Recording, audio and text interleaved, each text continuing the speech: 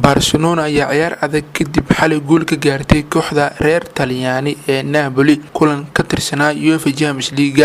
Messi ayaa ka caawiyay in Barcelona gaaraan magaalada Lisbon oo halka lagu ciyaari doono inta ka dhiman tartankan. Laacibka xulka Faransiiska Kalmat Lenglet Leo Messi Luis Suarez ayaa kooxda u dhaliyay 3 gool ee xalay ku badisay. Barca ayaa soo bandhigtay mid ka mid ah ciyaarihii ugu wanaagsanaa fasal ciyaareedkan qaybtii hore. Frenkie de Jong oo kooxda dhaawac ugu maqnaa isla markaana xalay ku soo bilowday kulanka ayaa muujiyay wacdaro inkastoo Anthony Griezmann oo weli bandhig hoose ku jiro. Barcelona ayaa wajihi doonto kooxda kubadda cagta Bayern Munich wareegista dhamaadka tartankan kadib markii ay ka soo gudbeen kooxda Chelsea. Messi ayaa ku lug yeeshay 12 gool 6 kulan u dambeysay markii lagu ciyaarayo garoonka Camp Nou tartanka UEFA Champions League. Sidoo kale laacibka xulka Argentina ayaa 35 kooxood kala duwan goolal ka dhaliyay tartanka asagoo 2 gool ka sareeya laacibka xulka Portugal iyo kooxda Juventus Cristiano Ronaldo.